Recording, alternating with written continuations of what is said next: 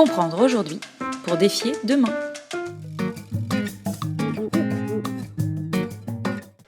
Alors, je ne peux pas dire que ce soit un ovni dans la vie politique française, mais quand même. C'est un homme de culture britannique.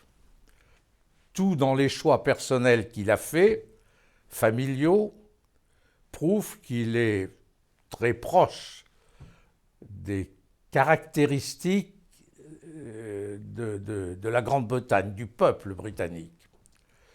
Trois caractéristiques qu'il a exprimées dans la campagne présidentielle alors qu'il les avait à peu près cachées jusqu'à maintenant. C'est un personnage extrêmement résilient. Il n'y a pas plus solide que le peuple britannique face à l'adversité. Moi, je l'ai vécu, on les a vécus au quotidien, les Anglais, dans la période qui a suivi leur humiliation de Dunkerque et du rapatriement chez eux. De ce jour-là, plus personne n'a réussi à les mettre à genoux. Ça, c'est le premier point. Et Fillon, c'est ça. Deuxième point, ce sont des combattants féroces. Quand ils ont été humiliés, il est impossible de leur empêcher d'utiliser tous les moyens de la férocité dans le combat. C'est certainement le peuple le plus dur au combat parce qu'il sait gérer le temps, il sait gérer le long temps et il sait gérer les faiblesses de l'adversaire.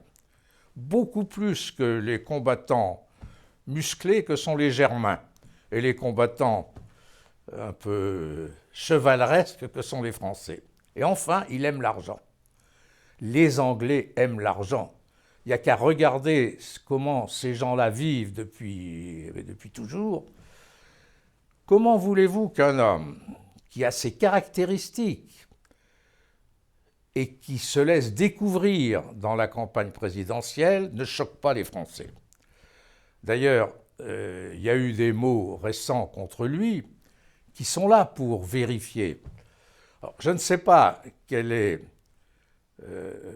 la perception est telle qu'elle se exprimera dans le vote du 23 avril, mais je sais qu'il y a une partie de la population française, en particulier celle qui a vécu la guerre, moins nombreux, l'après-guerre et la 4e République, plus nombreux, qui est le socle de l'intérêt que les gens portent à ce type d'homme.